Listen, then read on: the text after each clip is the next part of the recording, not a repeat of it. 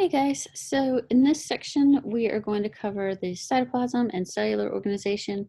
So majority of the organelles found in the cell is going to be in this video, and then in the next one we'll cover the nucleus and the information in there and transcription and translation. So let's go through the animal cell. We'll need to know the parts of the animal cell, all the different organelles and what their job is. There's an animation to help you go through and double check this. Oh, excuse me, this stuff for you. But I do need us to know what these are. It could be a matching, it could be a multiple choice. We need to know what we're talking about. So with cytoskeleton over here, we remember skeleton is going to give you the structural support inside of the body.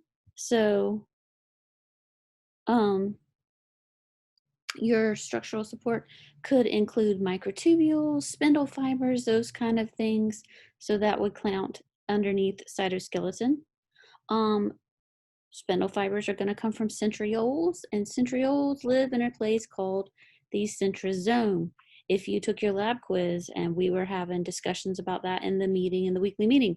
So we said that these individual things are centrioles on your lab quiz. Those are centrioles. The book is labeling the centrioles as the centrosome in this image here. So I have changed the lab answer. So if you put centrosome on there, you now have points for that too, like we talked about in the weekly meeting. But the centrosome is the area that houses these centrioles, and that's what I was trying to get the answer for in the lab quiz. So centrioles, here's one of them, and here's the second one over here. Those are centrioles. They live in a place called the centrosome. And then when it's time for mitosis meiosis, which we're going to cover in the next half of the chapter, those will go to the poles again, and spindle fibers will come out from those, and then they will attach onto the chromosomes, move the chromosomes all around the cell where they want them to go. How do they attach on the chromosomes? They stick onto a place called the centromere. So centrosome houses the centrioles that produce spindle fibers that attach at a centromere. So many centro terms. I hope that clears that up. And if you put centrosome on your lab test and I missed it, shoot me an email and we'll fix it. Centrosome houses the centrioles, and that's these guys. Microtubules, intermediate filaments, microfilaments are all part of the cytoskeleton. The filaments come in thin and thicker diameters. It's just the diameter of the filament, which is solid, by the way. So it could be a thin filament that's solid or a thicker filament that's solid. When we talk about actin, is a thin filament. Myosin is a thicker filament. Microtubules are going to be tubes, just like they sound. And we're going to go through a slide for every single one of these things. I'm just kind of briefly summarizing in general. The plasma membrane we covered before in the previous section. So know the three components of the plasma membrane are macros, that we have phospholipid bilayer and cholesterol, which are lipids. Then we had lots of different proteins, know the different proteins and their different jobs, anchoring, carrier, channels, those guys. And then the other macro was sugars. There was a glycocalyx. The glycose could be attached to proteins, or the glycose could be attached to lipids, glycoproteins and glycolipids. Plasma membrane. Lysosomes, we're going to talk about these. Digestion. They are going to have digestive enzymes, things that break things down and break them apart. And it may break down stuff inside the cell, may break down stuff outside the cell. Golgi is going to be basically our UPS, our click and ship store. It's going to help package stuff up that's coming from the rough ER. Cytoplasm is everything inside the plasma membrane. It's going to include the cytosol, the liquidy stuff that holds the organelles, and it includes the organelles themselves. Mitochondria, the powerhouse. Powerhouse will go into the mitochondria and cellular. Why am I blanking? Cellular metabolism. Cellular metabolism in a future video. Vacuoles are usually animal cells. We worry about vacuoles in animal cells. I don't really worry about them in animal cells so much. I'm not going to ask you about those guys. ER. The ER, the endoplasmic reticulum, comes in rough, which is coated in ribosomes, and smooth, which is just like it sounds, no ribosomes, so it's not rough, it's smooth. They have two different jobs. We'll talk about that in the future. Peroxisomes are going to help break down stuff and handle toxic substances and neutralize them. And toxic substances may be something like peroxide and a peroxisome. So they can metabolize toxic stuff because peroxide has free radicals when it gets broken down, and we need to neutralize that in a peroxisome.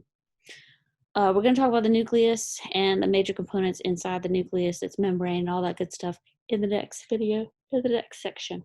Sorry. Animal cell in a nutshell. So the endomembrane system. Is it working for me? There it goes. Okay, the endomembrane system, the ER, is going to include the rough ER. The Golgi, all of this is considered this endomembrane system. For the ER, there is rough and smooth. So here's a great picture of the rough. All of this stuff right here in blue that is coated in little red ribosomes is rough ER. And on the lab practical, endoplasmic reticulum, spell it all out, endoplasmic reticulum. ER isn't going to cut it on the lab practical. It wants all the words. This is going to be your Golgi apparatus. Sometimes you'll hear it called Golgi body, or all of these different layers here. So we've got the rough ER for our endomembrane system. It's covered in ribosomes. The main job of ribosomes is to make proteins. So the rough ER is going to help create. It's going to hold the ribosomes to help create newly constructed proteins, and they'll be packaged and transported through the Golgi apparatus. And we said Golgi was like the click and ship place, the UPS store, where it's going to take the proteins, and if they have to modify it, whatever needs to happen to those things, and then they'll put it in a vesicle and they'll ship it out. It'll either ship it outside of the cell as exocytosis, or they will keep it inside the cell and use it for, like, maybe they created digestive enzymes and now we're going to package that up in the lysosome and dissolve stuff we don't need. So we got the rough ER. That's this guy, rough ER. Another picture of it under the microscope. These are going to be an electron microscope, so they're black and white, and then they usually add in the colors later, but you can see teeny tiny organelles within the cell. You can see the individual ribosomes that are covering this guy, like sugar on the rough ER. The smooth ER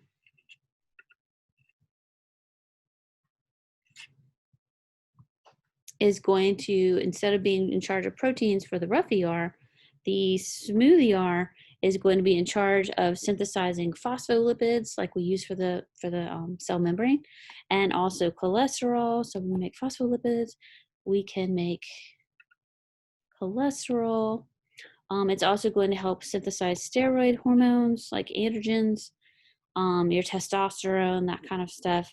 It can also help detoxify. So if you have a cell that is, say, in the liver helps your body detoxify. So the cells inside the liver may have more smooth ER than a cell that doesn't really have to detoxify a whole lot for its main function. So detoxification and synthesis of lipids is going to be happening in the smooth ER.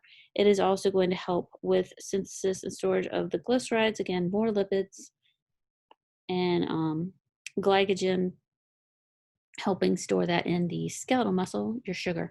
Glycogen, again, is that polysaccharide we talked about in chapter 2. That is lots and lots of your sugar packaged away in a polysaccharide. So we're going to store those in skeletal muscles and liver cells. So smooth ER helps do that too. So rough ER, I want you to think it's attached to the endoplasmic reticulum, and it has coated in ribosomes, while the smooth ER does not have ribosomes, and it's going to help with, instead of protein synthesis, lipid synthesis.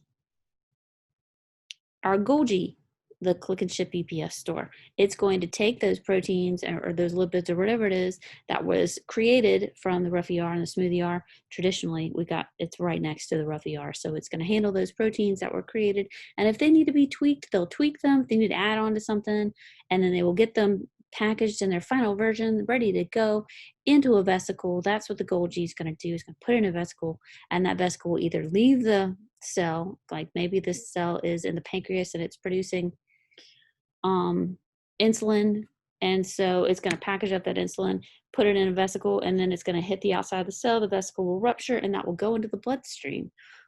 So it may package it up and ship it outside the cell, or it may be packaged up in the form of a lysosome that can help digest and break down stuff inside the cell. So lysosomes we'll talk about here, because we don't really have a picture of one here on the PowerPoint, but lysosomes are going to be filled with digestive enzymes that break down stuff. So the digestive enzymes that break down stuff, what do they need to break down? Maybe one of the organelles isn't doing its job like it needs to, and we're going to create another one. And so the old one that's not functioning very well, we're going to break it down. Lysosome, it's the garbage disposal of the cell. Maybe we have phagocytized something, and we are that white blood cell, right, that we said patrols around, lots of different white blood cells patrol around looking for things that aren't us so they can attack it and kill it and break it down. So that's its job. A lot of white blood cells' jobs are phagosomes, and so they are going to be filled with lysosomes. They're going to bring in this thing, and they're going to break it down with digestive enzymes in the lysosome. So that's what lysosomes do, and they are created from the Golgi apparatus, aka Golgi body. Ribosome's main job is to create proteins. They have two subunits. I like to think that they look like a hamburger bun. So they've got a top part of the bun and a bottom part of the bun. And so they have the two parts that will come together. So we're going to talk about transcription and translation in the next video, but we have messenger RNA, and that messenger RNA is going to be created inside the nucleus, because we need to go, central dogma is going to go from DNA. I'm going to talk about this in future videos. RNA, and then to proteins. Remember, proteins are made out of monomers called amino acids. So inside the nucleus, DNA is stuck in there. We're going to make a messenger RNA that can leave the nucleus and go into the cytoplasm, because that's where the ribosomes are. They're not inside the nucleus. The ribosomes are stuck on the rough ER, right? And some of them are floating around in the cytoplasm as free ribosomes. Lab question. So we are going to have that message come out, and then we will talk about transcription and translation that happens, and then the end result of transcription makes this guy. Translation is going to use this guy to create at the very end proteins, amino acids. That's what we want to happen at ribosomes. So again, they could be free ribosomes that are found throughout the cytoplasm. They could be fixed, attached to the ER as rough ER. And their job is to synthesize proteins. That's their job. Lysosomes, there is a picture. Man, I knew there was a picture in here. Okay, so what did we say lysosomes' job was? Digest material, digest stuff, and break it down. So lysosomes are going to be created by the Golgi body. They are going to house enzymes that can break down and digest stuff, whether that stuff is inside the cell or foreign stuff that we have taken inside of the cell and breaking it down that way. But lysosomes are the garbage disposal. They are the stomach acid. They are the digester of things. And sometimes if a cell is not functioning correctly, like maybe it's infected and overrun with bacteria, or it's overrun with a virus, and that cell is not doing its job, it may want to commit suicide. When a cell signals for itself to commit suicide, this is called apoptosis. And what it does is it will signal all of these lysosome vessels to burst. And it ruptures all the lysosome vessels. And this digestive enzymes that we said break down stuff, they release the digestive enzymes inside the cell. And basically the cell eats itself. Lysosomes can be released inside the cell. If you release all those digestive substances inside the cell, it's going to be triggering programmed cell death with a lysosome. Mitochondria are the powerhouse. We are going to undergo 3 major steps of cellular respiration, and steps 2 and 3 happen in the mitochondria. We need it. We are eukaryotic cells. Prokaryotes don't have mitochondria, but they still end up doing cellular respiration. For us, we are a eukaryote. When we talk about the 3 kingdoms that you had to learn about in Bio 1010, if you took Bio 1010 or Majors Bio, there was eukaryotes, bacteria, and archaea. Those are the three major kingdoms in all of the taxonomy. We are in the eukaryote, plants, us, fungi, a whole bunch of other things, protists are eukaryotes. Prokaryotes, bacteria and archaea, they don't have these guys. They don't have mitochondria inside their cells, but we do, and it's going to help us with cellular respiration, which we will talk about in another video.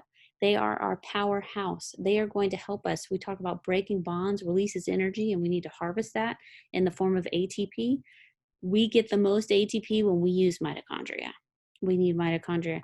So they are going to help us produce ATP in cellular respiration. We're going to get to that in another video.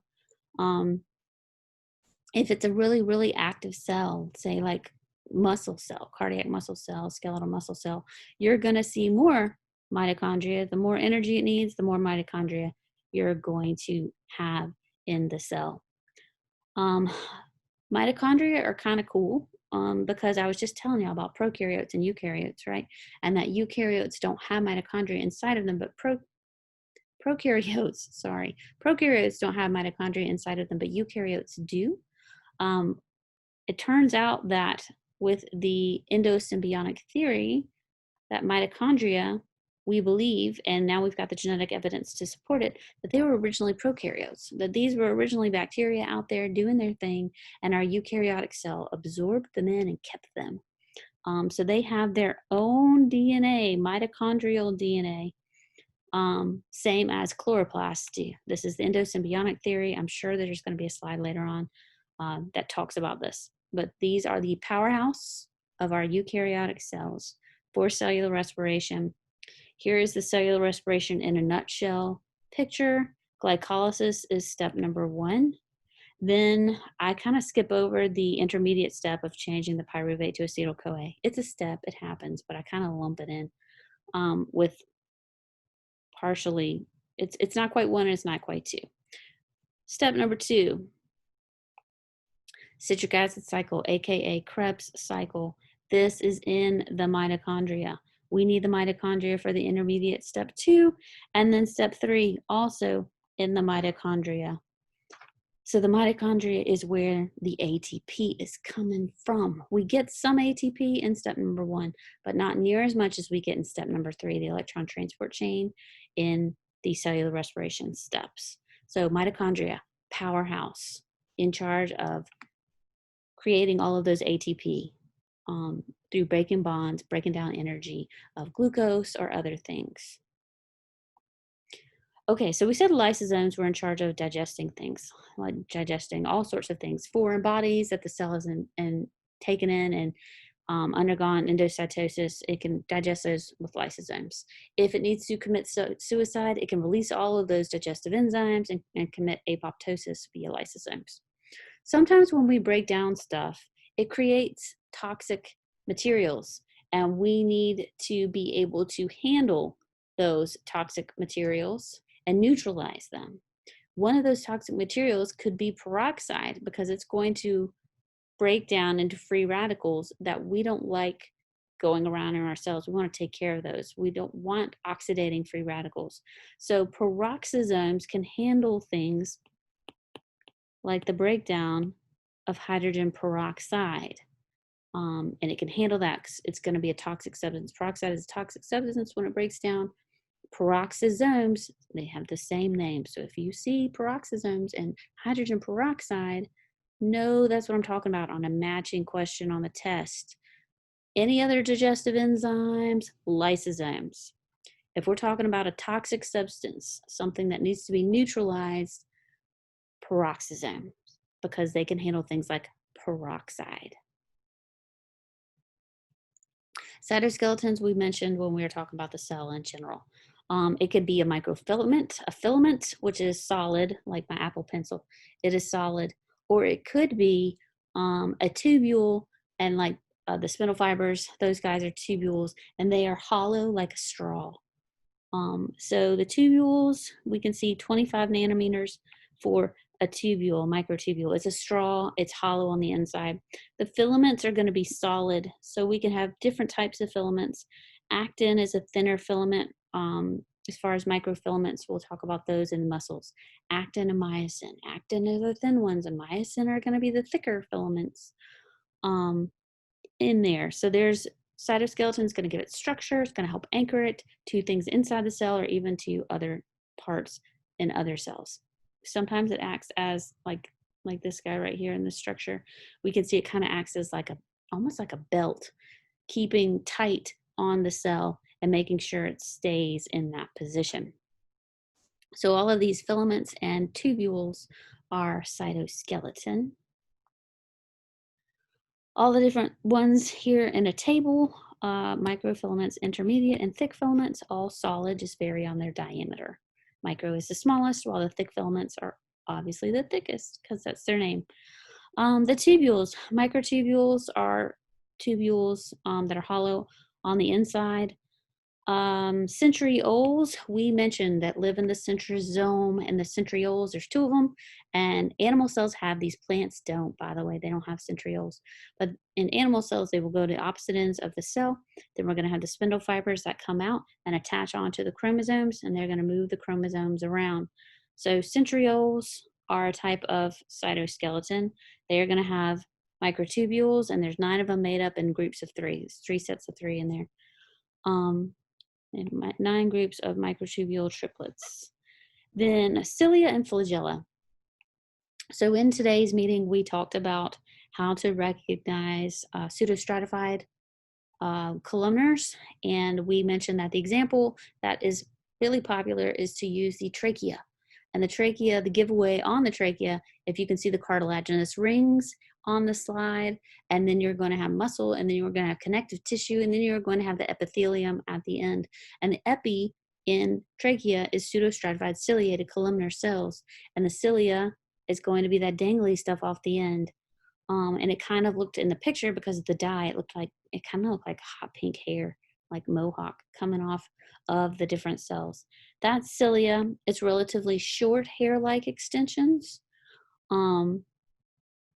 And there's usually lots of them.